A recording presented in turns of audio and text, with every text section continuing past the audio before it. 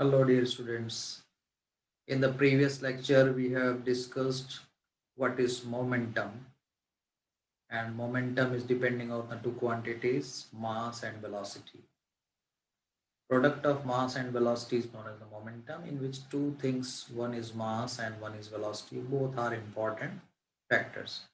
Then we have seen the case of a cricketer catching the ball, and in that case, we have seen the rate of change of momentum is important.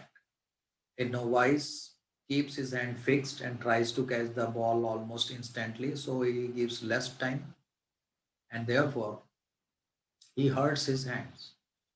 But if an experienced cricketer is there, he allows a longer time for his hands to stop the ball.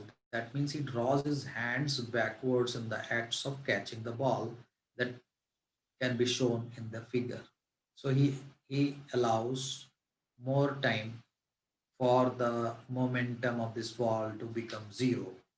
Same change in the momentum. Okay. So the force applied on his hand is less. The force is depending upon the rate of change of momentum. The greater is the rate of change of momentum, the greater is the force. तो अब इस बात से हम समझ के हम करीब आ गए हैं न्यूटन सेकंड लॉ के। न्यूटन सेकंड लॉ को समझने के बहुत करीब आ गए हैं, क्योंकि न्यूटन सेकंड लॉ बात करता है rate of change of momentum. ठीक है, तो ये ऑब्जर्वेशन जो क्रिकेट बॉल वाला ऑब्जर्वेशन था, ये क्या बताता है? देखिए, न्यूटन सेकंड लॉ का स्टेटमेंट देखिए। The rate of change of momentum of a body is directly proportional to the applied force and takes place in the direction in which the force acts. तो rate of change of momentum इस ball के case में क्या था? तो ball के case में जो है, पहले मोमेंटम बॉल का था P1 is equal to mass of the ball into velocity of the ball. बाद में मोमेंटम कितना हुआ? जीरो हुआ। तो डेल्टा पी कितना हुआ? डेल्टा पी हुआ चेंज इन द मोमेंटम। ठीक है, तो दोनों का डिफरेंस का मैग्नीट्यूड, तो ये हुआ एम वी। ये चेंज इन मोमेंटम वो नौसिखिया लड़का जो था उसने भी उतना ही किया, और एक्सपीरियंस्ड क्रिकेटर था उसने भी उतना ही किया। एक्सपीरियंस्ड क्रिकेटर ने, उसके हाथ पे चोट न लगे इसलिए उसने ज़्यादा टाइम दिया बॉल को पकड़ने में, हाथ को पीछे लाया। और जो नया लड़का था, एकदम इनएक्सपीरियंस था, उसने क्या किया, ज़्यादा कम टाइम में अपना हाथ रिजिड रखा, पीछे नहीं लाया, तो उसके हाथ पे ज़्यादा फोर्स लगा बॉल की वजह से, और जो है उसके हाथ में चोट ज़्यादा लगी। ठीक है, तो जो rate of change of momentum है बॉडी, किसके प्रोपोर्शनल होता है? Is directly proportional to the applied force. ठीक है, and takes place in the direction in which the force acts. So suppose the force F for a time interval delta t is acting on a body. Velocity of the body of mass m changes from v to v plus delta v. तो change in momentum कितना हो जाएगा? पहले momentum था p is equal to mv, बाद में momentum हो गया v m into v plus delta v। तो बाद वाले मोमेंटम में से पहले वाले मोमेंटम को माइनस करेंगे, तो हमारे पास क्या आएगा? Change in the momentum delta P M delta B. तो according to the second law, the force is proportional to the rate of change of momentum delta P upon delta T. इसको words में बोलते हैं rate of change of momentum. ठीक है, और we can say F is equal to K delta P upon delta T. Now where delta t means कि a larger time is there, if we reduce this time to 0, means limit delta t tending to 0, then this term will become limit delta t tending to 0 delta p upon delta t, and will become delta p upon delta will become dp by dt. That already we have studied what is meaning of the d by dt. So dp by dt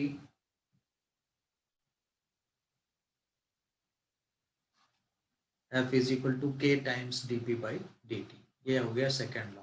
ठीक है, अगर fixed mass की body है, उसमें mass change नहीं हो रहा है, ऑलमोस्ट सभी केसेस में ऐसा होता है, तो D P by D T क्या होता है?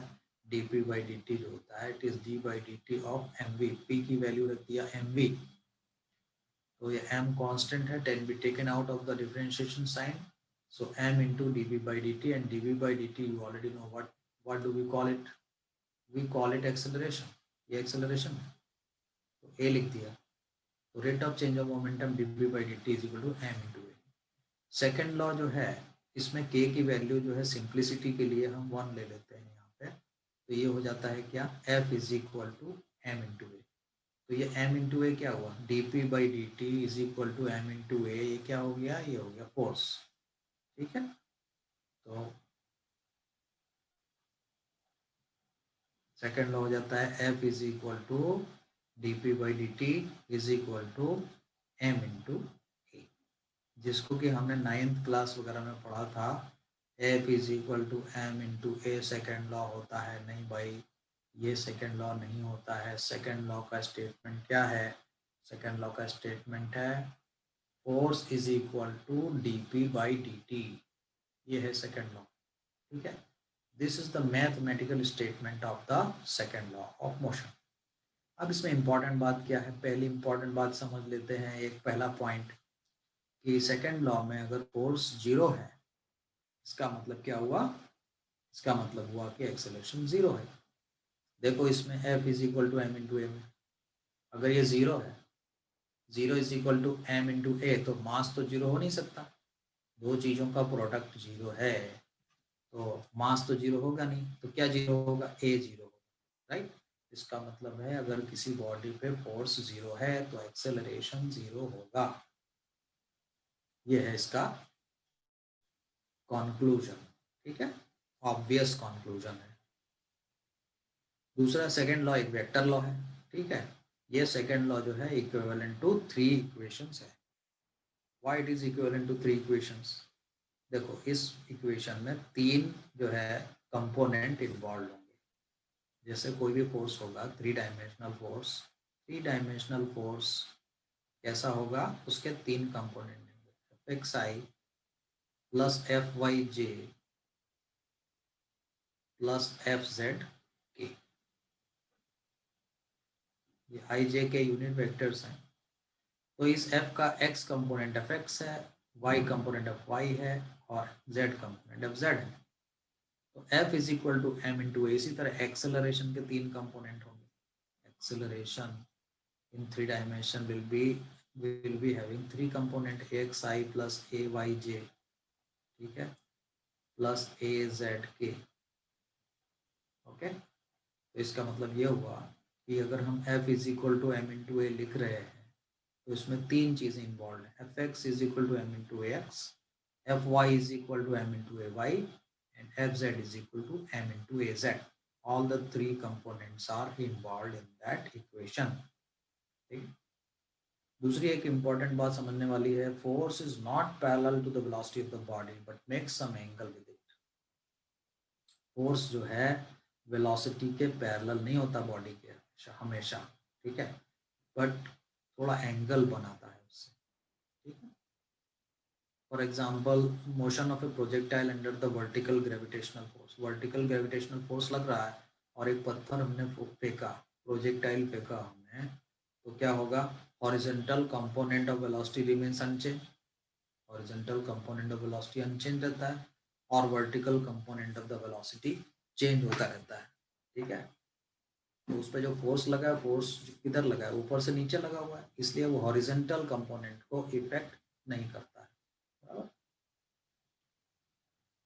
सेकेंड लॉ ऑफ मोशन जो अभी हमने बात की, ये एक सिंगल पॉइंट पार्टिकल के लिए बात की, ठीक है, तो नेट एक्सटर्नल फोर्स की बात हो रही है सिंगल पार्टिकल पे। ए stands for the particle, acceleration of the particle. लेकिन अगर हम इसको रिजिड बॉडी पे लगाएंगे सेकेंड लॉ को, तो जैसे रिजिड बॉडी का मतलब है कोई बड़े साइज की बॉडी, जैसे कार है, ट्रक है, जिसका साइज बड़ा हो वो रिजिड बॉडी है और उसका इंटर पार्टिकल डिस्टेंस कांस्टेंट रहता है, मतलब चेंज नहीं होता है on applying force, that is called rigid body. मतलब एक पत्थर एक रिजिड बॉडी है, ठीक है। पार्टिकल तो आप जानते हैं साइज लेस होता है, मास होता है उसमें, लेकिन वो साइज लेस होता है, उसको पार्टिकल बोला जाता है फिजिक्स में। रिजिड बॉडी बड़े साइज की होती है, ठीक है। और कंप्रेस नहीं कर सकते हैं उसको, इनकम्प्रेसिबल होती है। तो रिजिड बॉडी अगर है तो फिर सिस्टम ऑफ पार्टिकल्स है, जैसे एक पत्थर है वो बहुत सारे पार्टिकल से बना हुआ है, सिस्टम ऑफ पार्टिकल से मिलकर पत्थर बना हुआ है, तो पत्थर एक रिजिड बॉडी है and that also is made up by a system of particles. ठीक है, तो उस केस में एफ क्या रेफर करेगा, F refers to the total external force on the system, समझे कि नहीं। एफ क्या रेफर करेगा, refers to the total external force on the system and A refers to the acceleration of the system. Acceleration of the system का acceleration of the centre of mass of the system. ठीक है, जैसे इस बात को समझने के लिए एक फिगर बना लेते हैं यहाँ पे। इस बात को समझने के लिए हम यहाँ पे बना लेते हैं एक फिगर। जैसे ये रिजिड बॉडी है, ये बड़ी सी रिजिड बॉडी पत्थर है, ठीक है, ये बहुत सारे पार्टिकल से मिलकर बना है, बराबर है। तो इसमें आजू बाजू वाले पार्टिकल्स के बीच में बॉन्डिंग है, इसकी वजह से पत्थर है। ठीक है, तो हम ये वाला पार्टिकल उसके जस्ट बाजू वाले पार्टिकल को जरा मैग्नीफाइंग ग्लास से हम देखते हैं। ठीक है, तो मैग्नीफाइंग ग्लास से देखेंगे तो क्या होगा कि ये इस तरीके से बॉन्डिंग होगी, एक एटम यहाँ पे है, एक एटम यहाँ पे, इसका ये न्यूक्लियस है, इसका ये न्यूक्लियस है। ठीक है, तो एक पार्टिकल ये हुआ, एक पार्टिकल ये हुआ, एटम को पार्टिकल मान लेते हैं। तो इसके यहाँ पे इलेक्ट्रॉन होंगे, electrons are there the outer most orbit. ठीक है, बड़ा भी हो सकता है, इसके अंदर इलेक्ट्रॉन्स हैं। तो ये जो इलेक्ट्रॉन्स इसके आउटर मोस्ट ऑर्बिट में है, ये न्यूक्लियस पॉजिटिवली चार्ज है, तो ये इसके साथ में फोर्स लगा रहा है, that is an internal force. समझ में आया, ये फोर्स जो लग रहा है ये इंटरनल फोर्स है। इसी तरह इसका इलेक्ट्रॉन इसके न्यूक्लियस के बीच में फोर्स लगेगा, दैट इज इंटरनल फोर्स। ठीक है, अब इसका न्यूक्लियस और इसका न्यूक्लियस एक दूसरे को रिपेल करेगा, ये भी इंटरनल फोर्स। इसके इलेक्ट्रॉन को रिपेल करेंगे, that is also internal force. क्यों इंटरनल फोर्स, क्योंकि under the effect of all these forces ये जो मॉलिक्यूल है वो बना हुआ है, जिसकी वजह से इस पत्थर का अस्तित्व है। ये पत्थर का ये मॉलिक्यूल, उसके बाजू वाला मॉलिक्यूल, इसके बाजू वाला मॉलिक्यूल, सब ऐसे ही बने हुए हैं। It makes a rigid body. तो ये जो फोर्स ये हैं, हालांकि लग रहे हैं इसके अंदर, इन सबको हम इंटरनल फोर्सेस बोलते हैं। इंटरनल फोर्सेस कंसीडर इसमें नहीं होते हैं। इंटरनल फोर्सेस को हम कंसीडर नहीं होते हैं। मान लो कि हम ये वाला एक एटम, ये एक मॉलिक्यूल ले लेते हैं और एक और मॉलिक्यूल है बाजू में, तो ये मॉलिक्यूल जो है इसके ऊपर कुछ फोर्स लगा रहा है। ठीक है, तो जो ये मॉलिक्यूल इसके ऊपर फोर्स लगाएगा F1, उतना ही ये इसके ऊपर फोर्स लगाएगा -F1 as per Newton's third law. ये दोनों एक दूसरे पे फोर्स लगा रहे हैं, या ये एटम्स एक दूसरे पे फोर्स लगा रहे हैं। जो नेट फोर्स जो ये इस पे लगा रहा है और उतना ही फोर्स इस पे लगा रहा है, इनको न्यूटन थर्ड लॉ से एक दूसरे को वो क्या करेंगे, कैंसिल कर देंगे। एक्शन एंड रिएक्शन फोर्सेस लगेंगे और ये इंटरनल फोर्सेस में काउंट होंगे। इस तरह के सारे फोर्सेस जो है पूरे पत्थर में एक दूसरे को इंटरनल फोर्सेस कैंसिल कर देंगे। इसलिए क्या बात आएगा, इस पत्थर के ऊपर अगर कोई एक्सटर्नल फोर्स लगा हुआ है एफ एक्सटर्नल, तो ही उसको कंसीडर किया जाएगा। इस बारे में यहाँ पे कहा जा रहा है कि अगर रिजिड बॉडी है तो फोर्स जो होगा वो एक्स कंसीडर होगा, और जब इसके अंदर मोशन स्टार्ट होगा तो इसका एक सेंटर ऑफ मास होगा। हर एक जो सिमेट्रिकल बॉडीज होती हैं उनका सेंटर ऑफ मास उनके ज्योमेट्रिकल सेंटर पे होता है। ठीक है, सर्कल का उसके सेंटर पे होगा, सर्कुलर एरिया का उसके सेंटर पे होगा, और ये जो है प्लेनर एरिया है, ये स्क्वायर है, उसके सेंटर पे होगा, डायगोनल के इंटरसेक्शन पे। ये ज्योमेट्रिकल सेंटर से यहाँ होता है। और इरेगुलर बॉडी का भी निकाला जा सकता है, वो कहीं पे है, मान लो सेंटर सेंटर ऑफ मास इसका। तो एक्सेलरेशन जो कंसीडर होगा, इसका एक्सेलरेशन होगा एक्सेलरेशन ऑफ सेंटर ऑफ मास। ये बात यहाँ पे कही जा रही है, अब आपकी समझ में आ गया होगा। ठीक है, अभी तक हमने जो बात की थी एक सिंगल पार्टिकल की गई थी, लेकिन बहुत सारे पार्टिकल से मिलकर रिजिड बॉडी बनी है। तो रिजिड बॉडी में कौन सा फोर्स कंसीडर हो रहा है, रिजिड बॉडी के मोशन में कौन सा फोर्स कंसीडर हो रहा है, एक्सटर्नल फोर्स, एफ एक्सटर्नल, जो कि मैंने यहाँ फिगर में बनाया है, बराबर। और इंटरनल फोर्स मैंने आपको समझा दिया है किस तरीके से कैंसिल कर देते हैं एक दूसरे को।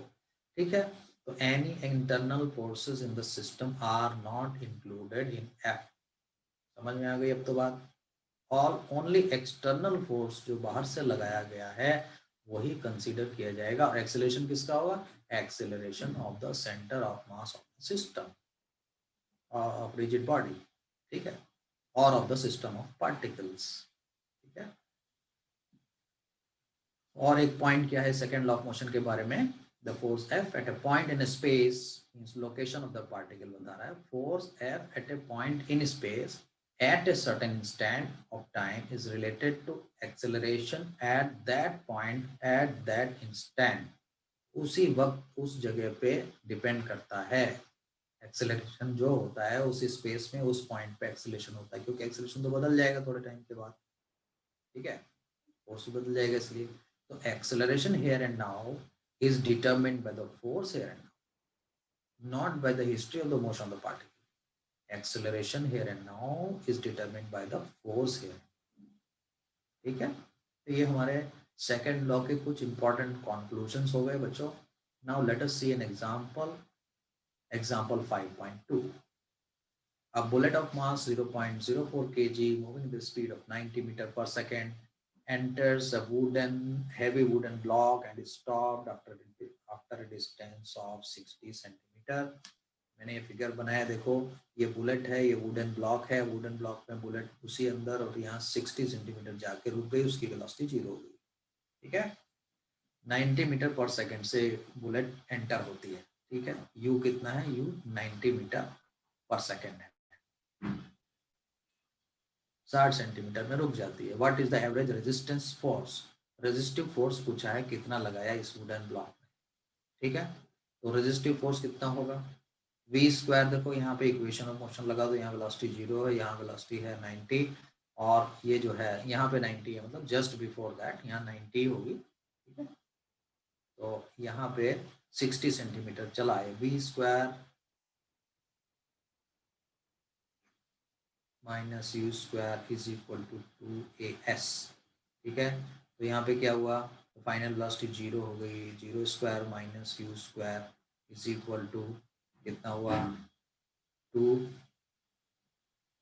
इंटू ए, ये तो निकालना है, और 60 सेंटीमीटर मतलब 0.6 बराबर। तो एक्सेलरेशन कितना हुआ minus U square by 2 into 0.6, ये रहा, ठीक है। ये मीटर पर सेकंड है और ये जो है आपका बदल दिया मीटर में। तो अब देखिए कितना आया, -6750 मीटर पर सेकंड स्क्वायर एक्सेलरेशन आया, ठीक है। अब रेजिस्टिव फोर्स पूछता है, फोर्स कितना होगा, फोर्स होगा m इंटू ए, मास दिया हुआ, मल्टीप्लाई कर दो तो फोर्स आ जाएगा, ठीक है। तो आ गया रिटार्डिंग फोर्स कितना लगेगा सेकेंड लॉ मोशन से, m इंटू ए, इतना फोर्स लगेगा। मैग्नीट्यूड बताया इसलिए साइन नहीं लिखा है इसको, right. Actual resistive force retard मतलब जो है यूनिफॉर्म नहीं होगा, लकड़ी के अंदर क्या क्या है, किस तरीके की लकड़ी बनी हुई है उसके हिसाब से गोली तेज होती हुई अंदर जाएगी, नॉट कांस्टेंट, ठीक है। अब देखिए एग्जांपल 5.3 क्या कहता है, it is simple calculative example, motion of a particle mass m is described by y is equal to ut plus half gt square, ठीक है। तो find the force acting on the particle, motion of y is equal to ut plus half gt square दिया हुआ है, तो force acting on the particle निकालना है। तो हमने लिया y is equal to ut plus gt square equation. तो वेलोसिटी कितना होगा, वेलोसिटी होगा, इसको डिफरेंशिएट करेंगे वेलोसिटी आएगा, डिस्प्लेसमेंट है उसको डिफरेंशिएट करेंगे टाइम के रेस्पेक्ट में तो वेलोसिटी आएगा। डिफरेंशिएट किया इसको, देखिए इसको डिफरेंशिएट किया ut को, तो क्या आएगा u plus half g into 2t, तो 2 और ये 2 कैंसिल हो जाएगा तो बचेगा dt। तो वेलोसिटी कितना आया, वेलोसिटी आया u प्लस gt बराबर। एक्सेलरेशन क्या होगा, एक्सेलरेशन वेलोसिटी को डिफरेंशिएट करते हैं टाइम के रिस्पेक्ट में तो एक्सेलरेशन मिलता है, तो एक्सेलरेशन कितना आएगा, एक्सेलरेशन हो जाएगा t by D T of v कितना है u प्लस जी टी। इसको डिफरेंशिएट करिए जरा, कितना आएगा, ये तो कांस्टेंट है 0 हो जाएगा इसका, इस यहाँ कितना आएगा g आएगा, कितना आ गया आपका एक्सेलरेशन g आ गया, ठीक है। फोर्स पूछता है, फोर्स ऑन द पार्टिकल, तो एक्सेलरेशन g आ गया, तो फोर्स होता है m इंटू ए, तो m इंटू जी फोर्स हो गया, ठीक है। ये हो गया। अब इम्पल्स क्या होता है, यहाँ एक इम्पॉर्टेंट पैरामीटर आ गया आपके पास में, इम्पॉर्टेंट चीज आ गई समझने के लिए। जैसे मोमेंटम समझा था वैसे ही इम्पल्स होता है। इम्पल्स क्या है? इम्पल्स जो होता है that is a force acting for a short duration. Force acting for a short duration. जैसे आपने बॉल जो है, बॉल की तरफ रबर का बॉल है और एक दीवार पे आपने मारा उसको, तो रिबाउंड होके आ जाएगा। तो जो रिबाउंड हो रहा है वो इम्पल्सिव फोर्स, वहाँ फोर्स लग रहा है इम्पल्सिव फोर्स, क्योंकि बॉल का, और जैसे क्रिकेट में बॉल फेंका और बैट्समैन ने मारा तो बॉल और बैट के बीच में कांटेक्ट टाइम बहुत कम रहेगा, तो ये इम्पल्सिव फोर्स है। ठीक है। तो force acts for a very short duration. when the force acts for a very short duration, producing a finite change in the momentum of the body। जैसे क्रिकेट, बैट ने बॉल को मारा, hit किया, तो बॉल आ रही थी x direction में, तो माइनस एक्स डायरेक्शन में चली गई। ठीक है। तो product of the force and time क्या होता है? Product of the force and time ये कितना होगा? Change in the momentum of the body. It is a measurable quantity. Product is called the impulse. तो force into the time duration during which it acts, F into delta t। ठीक है। Contact force, contact time है ये delta T. जितनी देर तक ball बल्ले के contact में रही, delta T, very small time, force into that very small time is known as impulse. ठीक है। तो इम्पल्स क्या हुआ? इम्पल्स हुआ force into the time duration during which the force acts. ठीक है। and that comes out to be change in the momentum delta p। ठीक है। एक तरीके से ये न्यूटन सेकंड लॉ का ही दूसरा फॉर्म हो गया। F delta T is equal to delta P. तो एफ कितना हुआ? Delta P upon delta T. Newton second law हो गया, rate of change of momentum. लेकिन हम इस क्वांटिटी को एफ इंटू डेल्टा टी को इम्पल्स बोलते हैं। ठीक है। देखिए क्या लिखा है यहाँ पे, read this statement. A large force acting for a short time to produce a finite change in the momentum is called the impulsive force। ठीक है। तो impulsive force तो बहुत सारे आप देखते होंगे। इसके बाद जो है एक एग्जाम्पल हमारा है, क्या? Example 5.4। Late us see this example 5.4। A batsman hits back a ball straight in the direction of the bowler without changing its initial speed to 12 metre per second. तो ये जो है चलो मैंने यहाँ फिगर बना रखा है, ये बैट है और ये देखो बॉल आई 12 मीटर पर सेकेंड, इधर साइड में मैंने बनाया है, और बैट से मारने के बाद में बॉल वापस इधर जा रही है, तो वेलोसिटी चेंज हो गई, डायरेक्शन चेंज हो गई। ठीक है। 12 मीटर पर सेकेंड ही रहा without changing the initial speed 12 metre per second. 12 metre per second से इधर आता है तो 12 मीटर पर सेकेंड से बैट इधर हिट कर देता है। If the mass of the ball is 0.15 kg। ठीक है। तो determine the impulse imparted to the ball. Assume the linear motion of the ball. एक ही बॉल एक ही लाइन में चलती है ऐसा मान के चलने का, सिंपल वाला केस ले लेने का। ठीक है। तो हमें क्या करना पड़ेगा? इम्पल्स निकालना है। तो इम्पल्स क्या होता है? Impulse is F delta T, और वो होता है क्या? डेल्टा पी के बराबर, चेंज इन मोमेंटम के बराबर होता है। तो चेंज इन मोमेंटम निकाल लें तो अच्छी बात है ना। तो चेंज इन मोमेंटम क्या होगा? Change in momentum of the ball is m into v minus u। ये v फाइनल वेलोसिटी और ये है u इनिशियल वेलोसिटी। ठीक है। अगर बैट को मैं लेफ्ट साइड में रखूं और बॉल को उधर से लाऊं तो ये सब डायरेक्शन बदल जाएगा। तो we are concern with the magnitude of v minus u का मैग्नीट्यूड जो है उससे कंसर्न है। ठीक है। जैसे बैट मैंने इधर बनाया, बॉल इधर से फेंकी तो ये प्लस में आया और ये माइनस में आया। अगर मैं दूसरा केस ले लूँ कि बैट जो है ये बॉल इधर से आ रही है, बॉल इधर से आ रही है, उसको मैं प्लस साइन दे दूँ, u इज इक्वल टू +12, और बॉल हिट होने के बाद में बॉल इधर चली गई, v इज इक्वल टू -12। बराबर है। तो साइन कन्वेंशन ऐसे हो जाएगा, क्योंकि साइन कन्वेंशन तो हमारा इधर साइड में प्लस और इधर साइड में माइनस है, तो वो हिसाब से। तो actually we are concern with the magnitude of v minus u। ठीक है। तो magnitude of v minus u कितना हुआ, चाहिए इस केस में निकालो। देखो मैंने बॉल इधर से फेंकी और इधर गई। ठीक है। तो ये प्लस है माइनस है, तो v माइनस u कितना होगा? यहाँ -12 -12 कितना हो गया? 24 हो गया माइनस का। उसका मॉड निकालेंगे तो प्लस का 24 आएगा, यहाँ पे 24 आएगा v माइनस यू। अब इस केस में देख लो, बैट इधर है और इधर से बॉल फेंकी, इसको मैंने क्या लिया है, ये तो माइनस होगा ना साइन कन्वेंशन के हिसाब से, ये तो -12 हो गया और ये हो गया प्लस। ठीक है, v माइनस यू इसमें निकालो, v माइनस यू इसमें निकालेंगे तो +12 हो जाएगा, -12, तो +12 -12 हो गया 24, तो इस केस में भी 24 ही आएगा। तो चेंज इन द मोमेंटम है, चेंज इन वेलोसिटी जो है दोनों में 24 यहाँ पे आएगा, राइट। तो 24 इंटू एम करने का है 0.15, राइट। इसको मत देखो, ये पता नहीं क्या लिखा है, कुछ गड़बड़ भी हो सकता है। सी योर कैलकुलेशन, यहाँ पे जो मैंने किया है, तो इसको मल्टीप्लाई किया तो 3.6 न्यूटन सेकंड आया, ये आपका चेंज इन मोमेंटम आ गया, मतलब क्या आ गया आपका डेल्टा पी आ गया। इसने पूछा इम्पल्स, तो भाई इतना ही है इम्पल्स। इम्पल्स यही होता है, impulse is F delta T and that is equal to delta P. जो डेल्टा पी हमने निकाल लिया है, तो इम्पल्स एफ डेल्टा टी इतना हो गया, राइट। तो ये क्वेश्चन का आंसर मिल गया बच्चों, ठीक है। तो अब यहाँ तक हमारा न्यूटन सेकेंड लॉ और उसके ऊपर कुछ एग्जाम्पल्स हमने किए और इसको समझा, ठीक है। तो हमारे नेक्स्ट लेक्चर में हम क्या समझेंगे, Newton's third law of motion and the further articles will be covered in our next lecture. Till then goodbye, okay.